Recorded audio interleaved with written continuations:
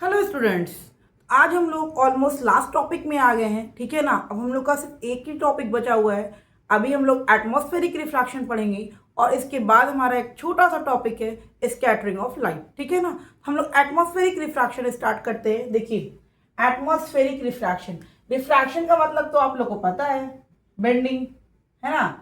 तो क्या हो रहा है एटमॉस्फेरिक रिफ्रैक्शन, देखो होता क्या है, ये है हमारा अर्थ, ठीक है। ये हमारा क्या अर्थ है।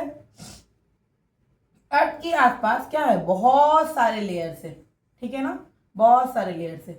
और ये हमारा क्या है, वैक्यूम है। वैक्यूम में जो रिफ्रैक्टिव इंडेक्स का वैल्यू होता है वो होता है 1।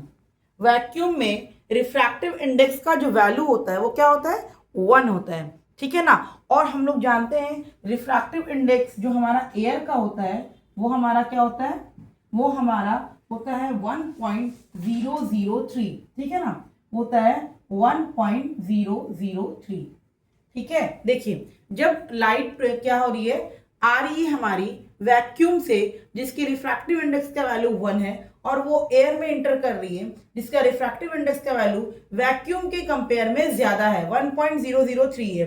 तो मैंने आपको बताया था कि रिफ्रैक्शन कब होता है। रिफ्रैक्शन का मीनिंग है bending of light. Light passes from one medium to another medium, it bends. मतलब कि एक मीडियम से अगर दूसरे मीडियम में लाइट जा रही है तो लाइट क्या होती है, बेंड हो जाती है ना। हम लोग ये पढ़े थे।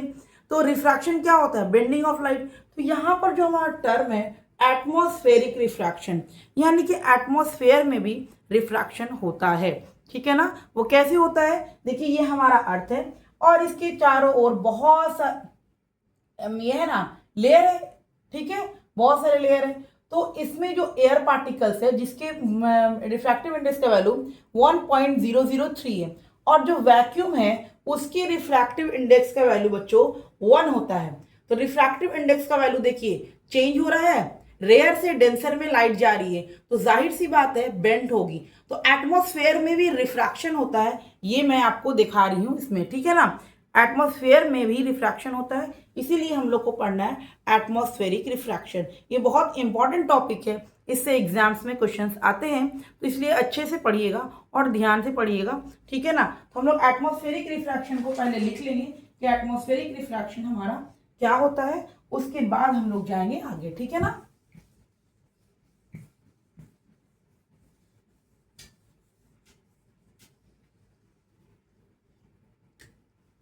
चलिए, atmospheric refraction,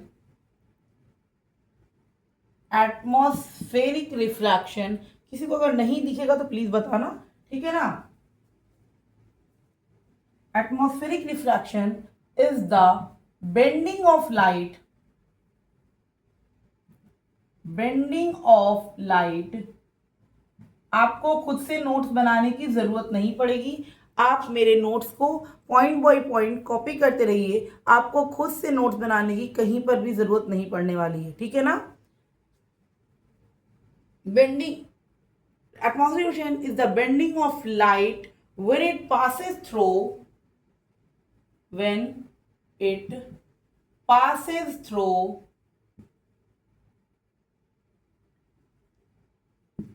when it passes through the earth's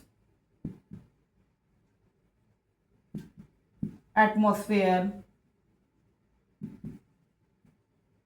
the earth atmosphere, when it passes through the earth atmosphere,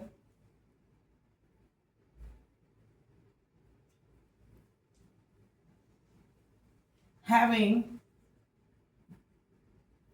different air densities, different air densities। मैंने इसी चीज को समझाया ना कि जो वाटर सॉरी एयर की जो डेंसिटी है, मैंने आपको दिखाया कि उसका वैक्यूम में जो वैल्यू है म्यू का रिफ्रैक्टिव इंडेक्स का वो 1 है, लेकिन जैसे ही वो एयर में आ रहा है तो उसके रिफ्रैक्टिव इंडेक्स का वैल्यू वैक्यूम के कंपेयर में ज्यादा है।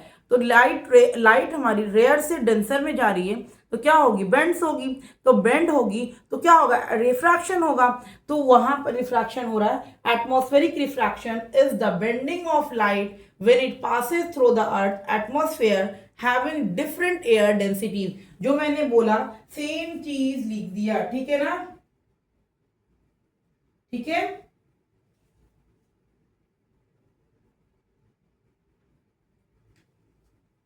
तो ऐसा क्यों होता है यहां पर आप लिख लीजिएगा, बिकॉज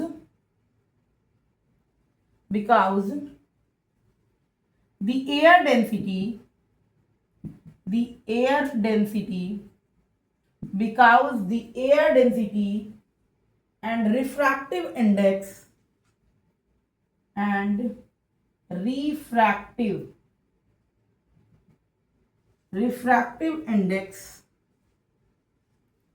refractive index, ठीक है ना, क्यों होती है, air density and refractive index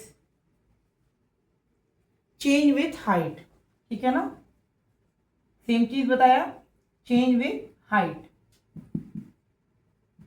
ठीक है, जो चीज मैंने बताया सेम उसको मैंने लिख दिया। क्लियर है पॉइंट? क्यों होती है? क्योंकि because the air density and refractive index change with height. मैंने आपको दिखाया कि वैक्यूम में जब लाइट आ रही है उस टाइम उसका रिफ्रैक्टिव इंडेक्स का वैल्यू हमारा क्या है, 1 है, लेकिन जैसे ही वो लेयर में इंटर कर रही है तो वहां पर एयर है जिसकी रिफ्रैक्टिव इंडेक्स का वैल्यू 1.003 है, जो वैक्यूम के कंपेयर में ज्यादा है। तो क्या हो गया, तो लाइट क्या होगी, बेंट होगी। तो इसलिए एटमॉस्फेयर में भी हमारा रिफ्रैक्शन होता है, जिसको हम लोग एटमॉस्फेरिक रिफ्रैक्शन कहते हैं।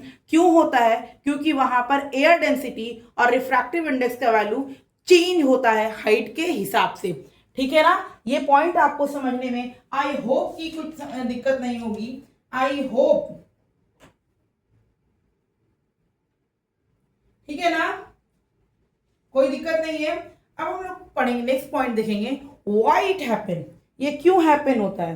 तो हम लोग जानते हैं कि हमारा जो अर्थ एटमॉस्फेयर है वो बहुत सारे लेयर से बना हुआ है, ठीक है ना, बहुत सारे लेयर से बना हुआ है, इसलिए ये हमारा एटमॉस्फेरिक रिफ्रैक्शन होता है। रिफ्रैक्शन होगा ही क्यों, जब दो मीडियम होगा, दो तरह का मीडियम होगा तो रिफ्रैक्शन होगा। अगर दो तरह का मीडियम आपको नहीं मिलता है तो रिफ्रैक्शन नहीं होने वाला है। तो मैंने आपको बताया कि ये क्यों होगा। हमारा अर्थ जो है वो बहुत सारे लेयर से घिरा हुआ है, ठीक है ना, बहुत सारे लेयर से घिरा हुआ है। वो लेयर होने की वजह कर हमारे जो एटमॉस्फेयर है उसमें भी रिफ्रैक्शन टेक प्लेस होता है, ठीक है ना। अब हम लोग यहाँ पर एक पॉइंट लिखेंगे, व्हाई इट हैपन, ये क्यों हैपन होता है, तो लिख लेंगे ताकि नोट्स के अकॉर्डिंग हम लोग को पढ़ना आसान हो जाए, ठीक है ना।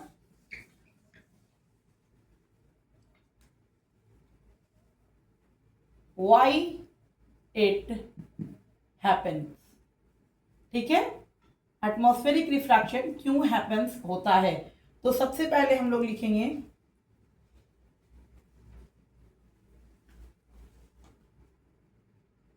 the earth atmosphere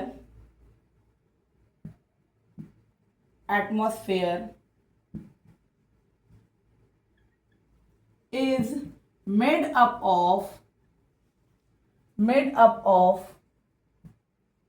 many layers, ठीक है ना, मेनी लेयर्स पे होते हैं, कोई दिक्कत नहीं है। अर्थ atmosphere is made up of many layers, ठीक है ना। The lower layer is denser and the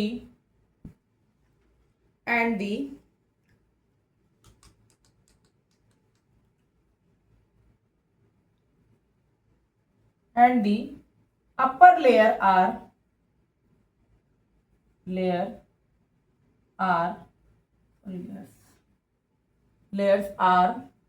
rarer या रेयर कर सकते हैं, ठीक है ना। तो ये क्यों होता है, एटमॉस्फेरिक रिफ्रैक्शन क्यों होता है, क्योंकि हमारा एटमॉस्फेयर जो है ये बहुत सारे लेयर से बना हुआ है, बहुत सारे लेयर से मिलके हमारा जो है बना हुआ है। क्लियर है पॉइंट, कोई दिक्कत? नहीं है, यानी कि बहुत सारे लेयर से मिलके हमारा ये अर्थ जो है हमारा बना हुआ है, ठीक है ना। उसके बाद हम लोग देख रहे हैं क्या, the lower layer is denser and the upper layer are rare. मैंने आपको बताया कि ऊपर से जो लाइट आपने मैं देखा वैक्यूम से लाइट रे आ रही है, तो उसकी रिफ्रैक्टिव इंडेक्स का वैल्यू 1 है हमारा, लेकिन जैसे ही वो एंटर कर रही है एयर पार्टिकल्स में तो उसकी रिफ्रैक्टिव इंडेक्स का वैल्यू 1.003 है। रिफ्रैक्टिव इंडेक्स का वैल्यू क्या हो रहा है, बढ़ रहा है, समझ में आ रहा है। रिफ्रैक्टिव इंडेक्स का वैल्यू बढ़ रहा है, यानी कि लाइट रे जो है रेयर से डेंसर में आ रही है। लाइट रे क्या हो रही है, रेयर से डेंसर में आ रही है, तो क्या होगी, ऑब्वियस बात है बेंट होगी, और बेंट होगी इसी को तो हम लोग रिफ्रैक्शन कहते हैं। तो white happen the earth atmosphere is made up of many layers and the lower layer is denser and the upper layer is rare, ठीक है ना, अपर layer is rare.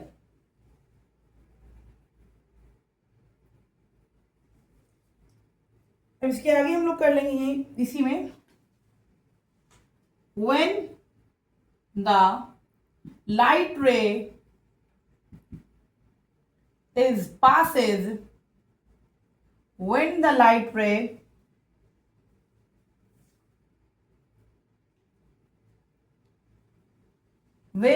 ray passes through these layer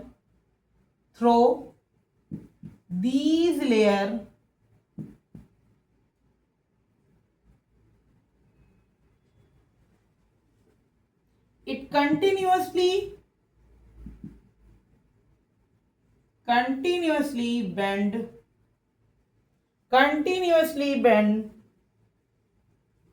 ठीक है ना, towards the denser, लिख सकते हो या नहीं भी लिख सकते, टुवर्ड्स द डेंसर लेयर,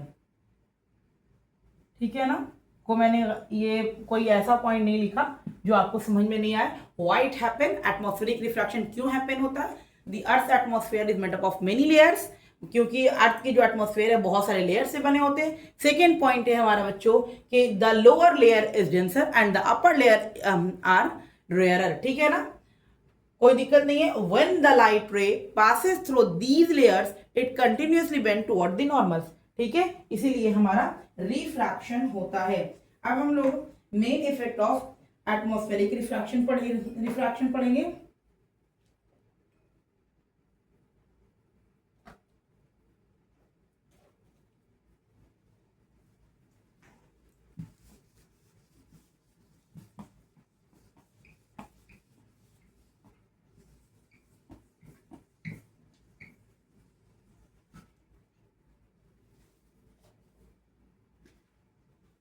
हम लोग जानेंगे इफेक्ट ऑफ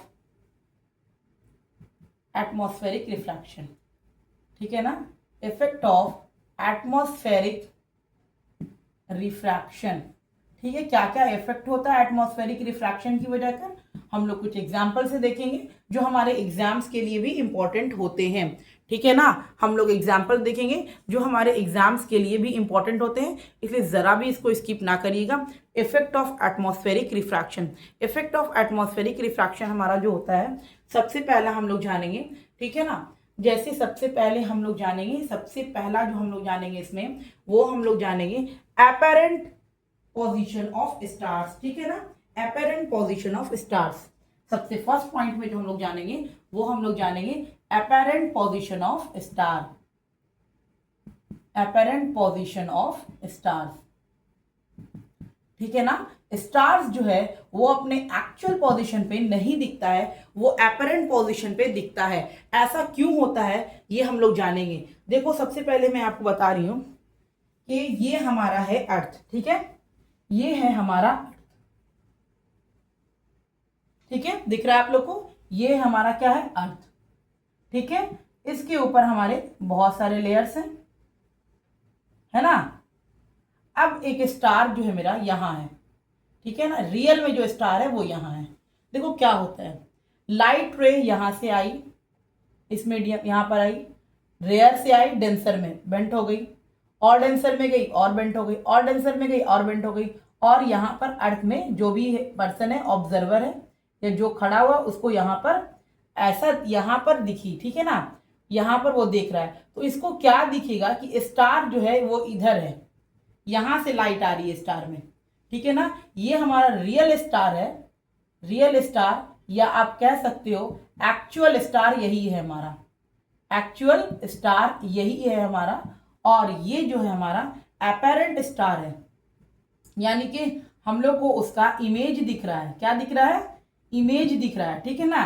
क्या दिख रहा है? इमेज दिख रहा है। क्यों हुआ? आपको देखिए, एक लाइट रे आई, ठीक है ना, लाइट एक सन से, ये स्टार है हमारा, ये स्टार से लाइट रे आई, ये हमारा क्या था? रेयर मीडियम था, जो वैक्यूम था, वहां से लाइट आई, यहाँ हमारे एयर पार्टिकल्स होंगे और भी बहुत सारे लेयर्स हैं। तो लाइट जैसे ही एक मीडियम से दूसरे मीडियम में गई, ये क्या हो गई? बेंट हो गई, फिर से बेंट हो गई, बेंट होती हुई कुछ इधर, कोई जो ऑब्जर्वर था उसको यहाँ पर दिखा, ठीक है ना, उसको यहाँ पर दिखा। तो उसको जो दिखा, जो दिख रहा है सन, सॉरी स्टार, तो वो क्या ऑब्जर्व कर रहा है कि लाइट रे जो है हमारी वो कुछ इधर से आ रही है, ठीक है ना। उसको क्या दिख रहा है कि लाइट रे हमारी इधर से आ रही है, उसको स्टार यहाँ पर दिखेगा। इसीलिए स्टार का जो है हम लोग अपैरेंट पोजीशन ऑफ स्टार, यानी कि हम लोग जो स्टार को देखते हैं वो अपैरेंट पोजीशन को देखते हैं, रियल वाले स्टार को हम लोग नहीं देखते हैं, हम लोग अपैरेंट वाले स्टार को देखते हैं। क्लियर हो गया पॉइंट? क्यों होता है आपको क्लियर हो गया? देखिए, लाइट रे आ रही है, ये मीडियम चेंज होने की वजह कर बेंट होती हुई इसको दिखी, यहाँ पर कोई ऑब्जर्वर है जिसको यहाँ पर वो लाइट दिखी, ठीक है। जैसे ही उसको दिखी तो उसको क्या ऑब्जर्व हो रहा है कि लाइट रे जो है इधर से आ रही है, इधर से आ रही है, तो उसको स्टार यहाँ के बजाय यहाँ दिखेगा, ठीक है ना। तो ये अपैरेंट स्टार हो गया। तो यही था हमारा अपैरेंट पोजीशन ऑफ स्टार। कैसे होता है अपैरेंट पोजीशन ऑफ स्टार? ठीक है ना, दिख गया आप लोग को? कोई दिक्कत नहीं है यहाँ पर? तो यहाँ पर मैं लिख देती हूँ क्या होता, क्या हुआ है एक्चुअल में। एग्जाम्स में आते हैं ये पॉइंट लिखने के लिए, तो डायग्राम बना लीजिएगा पहले, उसके बाद बगल में आप लिख सकते हैं, ठीक है ना। The light from stars, the light from stars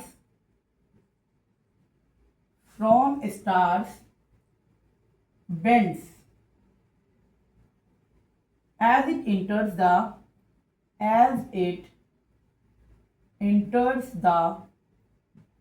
Earth's atmosphere.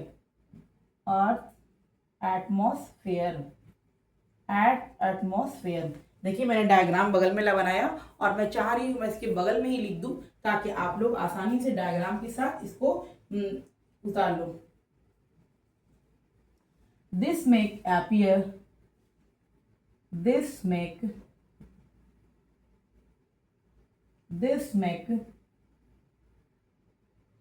star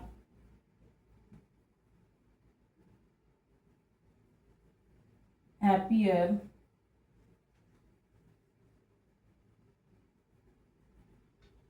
slightly higher in the sky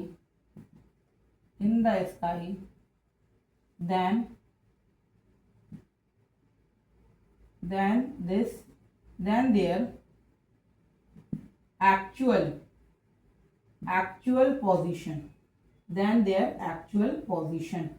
देखिए, मैंने उसी चीज को यहां पर लिख दिया है, देन देयर एक्चुअल पोजीशन, ठीक है ना। क्या होता है बच्चों, देखो मैंने आपको दिखाया कि लाइट रे जो सन से आ रही है, sorry I am so sorry, जो लाइट रे स्टार से आ रही है वो रेयर मीडियम से डेंसर मीडियम की तरफ जा रही है, ये बेंड्स हो जा रही है। तो कोई ऑब्जर्वर जब यहाँ पे जो खड़ा हुआ है उसको जो लाइट आ रही है उसको लगेगा कि लाइट जो है हमारी इस डायरेक्शन से आ रही है और उसको स्टार जो है यहीं पर दिखने वाला है, यानी कि उसको स्टार यहाँ पर नहीं दिखता है, रियल स्टार नहीं दिखता है और अपैरेंट स्टार दिखता है। हम लोग सबको भी अपैरेंट स्टार ही दिखता है, रियल स्टार नहीं दिखता है। समझ में आ गई बात? अपैरेंट स्टार क्यों दिखता है? एटमॉस्फेरिक रिफ्रैक्शन की वजह कर। एग्जाम्स में अगर ये क्वेश्चन आते हैं why apparent position of star, तो आप लिखिएगा ड्यू टू एटमॉस्फेरिक रिफ्रैक्शन, और इसको आप लिखिएगा the light from star bends as it enter the earth atmosphere, this make star appear slightly higher in the sky than their actual position. ठीक है, question अगर एग्जाम्स में आएंगे तो सिंपल सा आंसर, अगर 1 नंबर में आएंगे तो ड्यू टू एटमॉस्फेरिक रिफ्रैक्शन आप लिख सकते हैं, लेकिन अगर क्वेश्चन 2 नंबर और 3 नंबर में आते हैं तो आपको ये पॉइंट पूरा लिखना पड़ेगा। तो और फिगर के साथ ये पॉइंट अगर लिखिएगा तो आपको फुल मार्क्स मिलने जा रहे हैं। ठीक है, तो ये हमारा हो गया। तो अब बात आती है ये बात तो हमारी हो गई। अब हम इसका इसका जानते हैं, अपरेंट डेप्थ की बात हो गई। अब आती है वाई स्टार इज ट्विंकलिंग, ठीक है ना, स्टार ट्विंकल क्यों करते हैं, ठीक है ना। मैं डायग्राम इसलिए नहीं यूज कर रही हूँ क्योंकि इसमें ही मुझे अभी समझा देना है कि ट्विंकलिंग ऑफ स्टार क्यों होता है, ठीक है। ट्विंकलिंग ऑफ स्टार,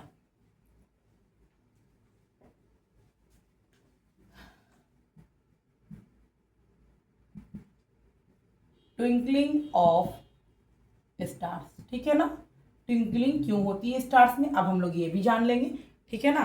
देखो हम लोग बचपन में देखते हैं कि स्टार जो है वो चमक रहा है, ट्विंकल कर रहा है, तो हम लोग को बस देख करके खुशी होती है, हाँ स्टार चमक रहा है, तारे चमक रहे हैं। लेकिन अभी हम लोग साइंस में उसको पढ़ लेंगे तो हम लोग को और इंटरेस्ट आ जाएगा कि वाकई हम लोग जो देखते हैं वो और भी इंटरेस्टिंग है रियल में, ठीक है ना।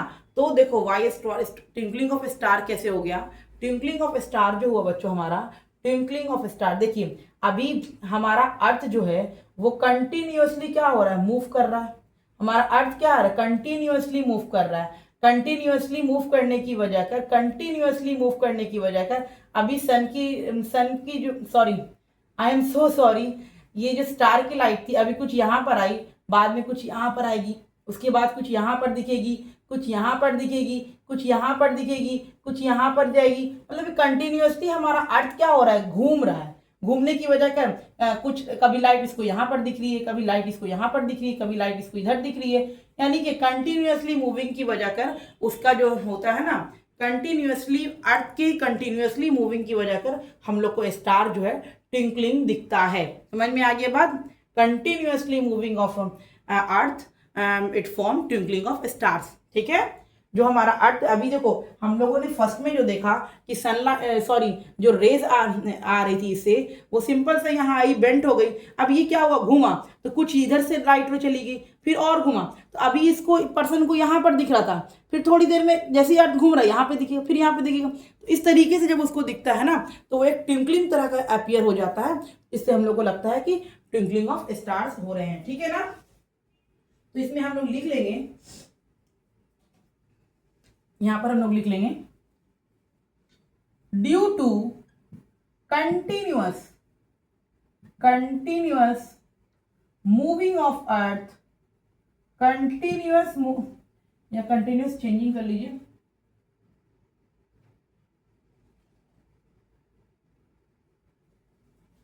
Continuous changing of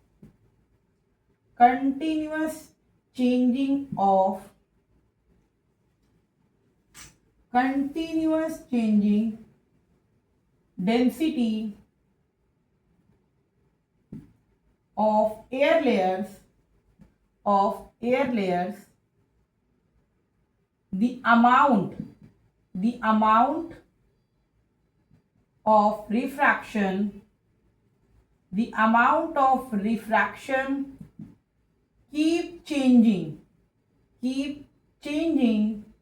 the amount of refraction keep changing, so the light from stars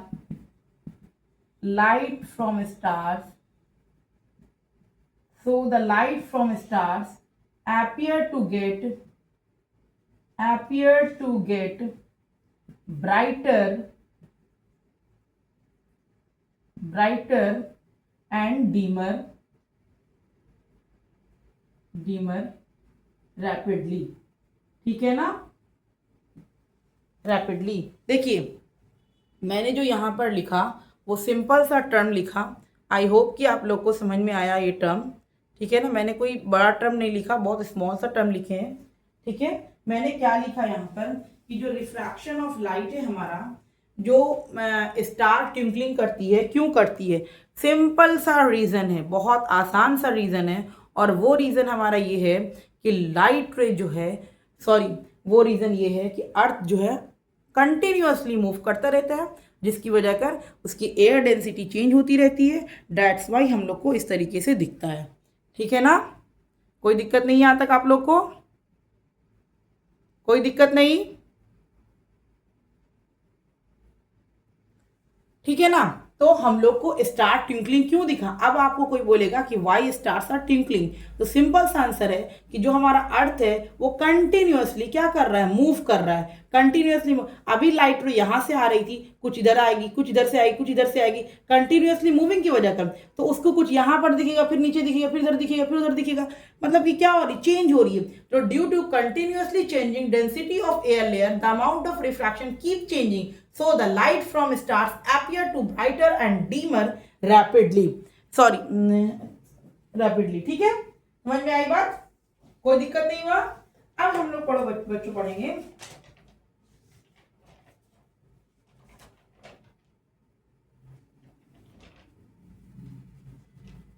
advance sunrise and delay sunset. ठीक है ना, advance sunrise and delay sunset, ये भी हमारा इंपॉर्टेंट है, स्किप ना करिएगा। ठीक है ना,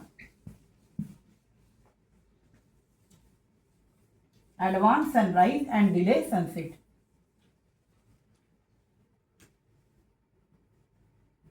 advance sunrise and delay sunset, delay sunset. ठीक है, ये बहुत आसान सा टॉपिक है और इससे क्वेश्चंस आते हैं, इसलिए स्किप ना करिएगा और समझने की कोशिश करिएगा, क्योंकि समझना ही जरूरी है, बाकी कोई चीज जरूरी नहीं है। समझ जाइएगा तो खुद से आप नोट्स भी बना लीजिएगा और सब कुछ कर लीजिएगा। ठीक है ना, देखिए ये है हमारा अर्थ, आप लोगों को दिख रहा है, ये हमारा क्या है, अर्थ है। ठीक है, ये हमारा क्या है, अर्थ है। तो ये हो गया बच्चों हमारा अर्थ। ठीक है, अर्थ के ऊपर एक लेयर होता है जिसको हम लोग हॉरिजन बोलते हैं। क्या बोलते हैं, हॉरिजन, हॉरिजन बोलते हैं। ठीक है ना, ये हमारा लेयर होता है जिसको हम लोग क्या बोलते हैं, हॉरिजॉन बोलते हैं। तो सन जो होती है सुबह में, वो एक्चुअल में यहाँ पर रहती है। ठीक है ना, यहाँ पर है। अब क्या कर रही है, ये यहाँ से लाइट रे दे रही है। ठीक है ना, इससे लाइट रे आ रहे हैं, से यहाँ से लाइट रे इस तरीके से आ रहे हैं। ठीक है ना, लाइट रे इस यहाँ से निकल रहे हैं। अब कोई ऑब्जर्वर, कोई ऑब्जर्वर यहाँ पर है जो देख रहा है सनरेज को, तो इसको कैसा दिखेगा, मैं थोड़ा सा अच्छे से डायग्राम बना दूं ताकि समझ में आए आप लोग को। अगर डायग्राम सही नहीं रहेगा तो समझ में नहीं आने वाला है। ठीक है ना, समझना जरूरी है, बहुत जरूरी है समझना, इसलिए देखते जाइए कैसे मैंने समझाया है। देखिए, तो इस सन से जो रेज आ रहे हैं कुछ इस तरीके से, स्ट्रेट क्यों नहीं आ पा रहे हैं, ये है सन रेज। ठीक है, ठीक है, मैं अभी आपको दिखाती हूँ सन रेज, एक मिनट वेट। चलिए देखिए, ये हमारे क्या है, सन है। ठीक है ना, ये हमारे सन है, ये एक्चुअल सन है, एक्चुअली में ये सन है। ठीक है ना, एक्चुअल में ये सन है। तो इससे लाइट रे आ रही है, लाइट रे आई, लाइट रे आई, लाइट रे आ रही है इधर से। ठीक है ना, और ये लाइट रे क्या हो रही है, बेंड्स होकर के हमारे अर्थ पे जा रही है। क्या हो रही है, बेंड्स होकर के हमारे अर्थ पे जा रही है। दिख रहा है, ये बेंड्स होकर के हमारे अर्थ पे जा रही है। लेकिन जो ऑब्जर्वर है उसको क्या दिखेगा कि लाइट रे कुछ इधर से आ रही है। ठीक है ना, लाइट रे कुछ इधर से आ रही है, या उसको लाइट रे कुछ जो है ना, मैं फिर से डायग्राम्स को क्लियर कर देती हूँ ताकि डायग्राम्स का अगर आसान रहेगा ना, डायग्राम क्लियर रहेगा, इसका बहुत इजी रहेगा, तो आपको आसानी से समझ में आ जाएगा क्यों होता है सनरेज डिले। ठीक है ना, चलिए देखिए, ये हमारा है सन, सॉरी अर्थ है, ये हमारा क्या है, अर्थ, और ये हमारा एक लेवल है जिसको हम लोग हॉरिजन कहते हैं। ठीक है ना, हॉरिजॉन कहते हैं। ठीक है, अभी हमारा सन जो है बच्चों यहाँ है। ठीक है ना, हमारा सन क्या है, यहाँ है, एक्चुअल सन है, रियल में यहाँ पर सन है, एक्चुअल सन है। तो ये क्या करती है, लाइट रे कुछ इस डायरेक्शन में दी। ठीक है ना, इससे लाइट रे आ रही है, तो ये लाइट रे हमारे यहाँ पर कोई ऑब्जर्वर है, कोई ऑब्जर्व कर रहा है कि हाँ लाइट रे आ रही है, तो ये क्या देख रहा है कि लाइट रे हमारी इस तरीके से आ रही है। ठीक है ना, लाइट रे हम उसको कुछ इस तरीके से दिख रहा है, मतलब कि लाइट रे पूरा इस तरीके से आ रही है, लेकिन इसको जो सन दिखेगा बच्चों वो कुछ यहाँ दिखेगा। समझ में आ रही है बात?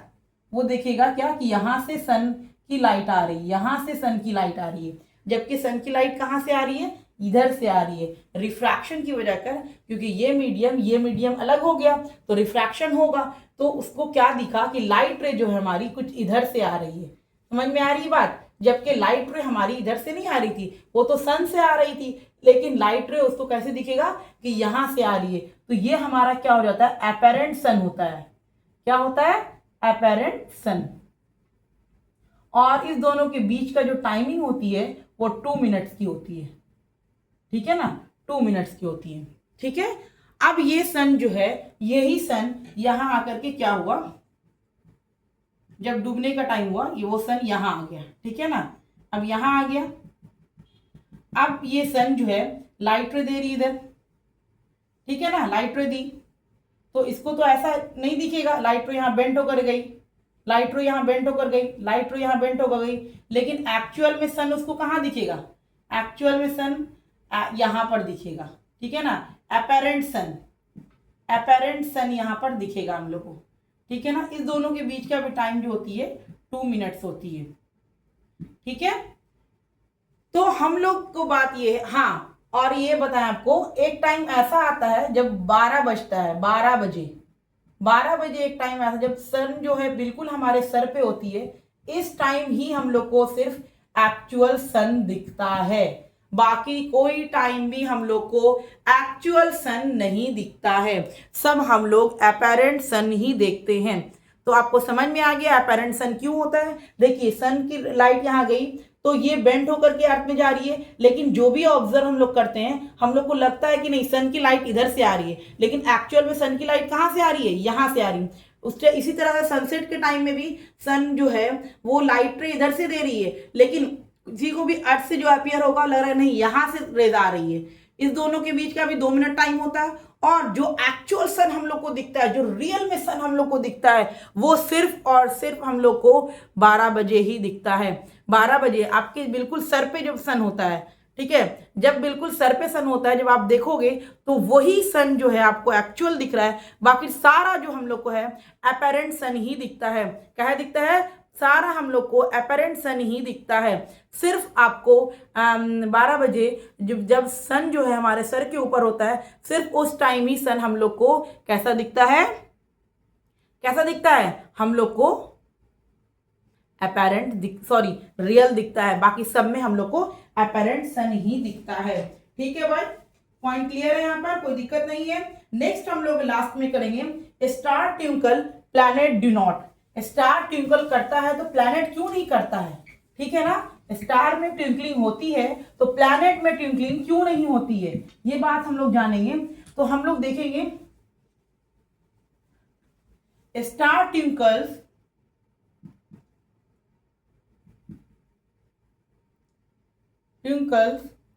But planet do not. ठीक है ना? Planet do not. ठीक है, स्टार ट्विंकलिंग करती है लेकिन प्लैनेट ट्विंकल क्यों नहीं करता है, बस ये रीजन हम लोग जानेंगे। एटमॉस्फेरिक का लास्ट रिफ्रैक्शन है हमारा, लास्ट है हमारा। ठीक है ना? एटमॉस्फेरिक का हमारा लास्ट है। ये देखिए हमारा अर्थ है। क्या है? अर्थ है। ठीक है, और यहां पर कुछ हमारा सनरेज होती है जिससे एक लाइट रे आई और वो बेंड होकर के हम लोग को दिखती है। ठीक है ना? तो हम लोग को पता है, स्टार के बारे में पढ़ लिए। और जो प्लैनेट होता है वो हमारा कुछ नजदीक में होता है, अर्थ से नजदीक में होता है हमारा प्लैनेट। ठीक है ना? ये हमारा स्टार है, अर्थ के कुछ नजदीक में होता है हमारा प्लैनेट, और इसमें स्टार से बिल्कुल सिंगल लाइट आती है, लेकिन इससे प्लैनेट से बहुत सारी लाइट आती है, बहुत सारी लाइट आती है, बहुत सारी लाइट आती है, जिसको ये बेंड नहीं कर पाता है, जिसको ये बेंड नहीं कर पाता है, मोड़ नहीं पाता है। अगर इसमें से 10% को भी वो मोड़ता है तो 90% उसको फिर से वही कर देगा, मतलब ये कैंसिल कर देगा। 10% अगर बेंड कर भी दे रहा है तो 90% क्या करेगा? कैंसिल कर देगा। ठीक है ना? तो इससे प्लैनेट से इतनी ज्यादा अमाउंट में लाइट आती है कि वो क्या होता है? रिफ्रैक्शन नहीं होता है। ठीक है, रिफ्रैक्शन नहीं होता है तो ट्विंकलिंग नहीं होती है। समझ में आया? क्या होता है, आप कहो कि यहां पर से हम लोग को क्या आती है, सिंगल लाइट आती है, सिंगल लाइट आती है, एक लाइट आती है जिसको आसानी से मोड़ देता है। यहां पर बीम ऑफ लाइट आती है, बंडल ऑफ लाइट आती है, समझ में आ रही है। यहां पर क्या आती है, बंडल ऑफ लाइट आती है, जिससे लाइट जो है बेंड नहीं हो पाती है, रिफ्रैक्शन नहीं हो पाता है, इसीलिए हमारा प्लैनेट ट्विंकल नहीं करता है। प्लैनेट ट्विंकल इसलिए भी नहीं करता है क्योंकि ये अर्थ से बहुत नजदीक में है, और स्टार ट्विंकल इसलिए करता है क्योंकि अर्थ से बहुत दूर में है। ठीक है, ये था हमारा एटमॉस्फेरिक रिफ्रैक्शन कंप्लीट। इसका नोट्स स्कैटरिंग ऑफ लाइट से पहले मैं आपको दे दूंगी। ठीक है, मतलब कि आप नेक्स्ट वीडियो जब स्कैटरिंग ऑफ लाइट का देखोगे तो उसके फर्स्ट में इसका नोट्स रहेगा, उसको जाकर के देख लेना। ओके।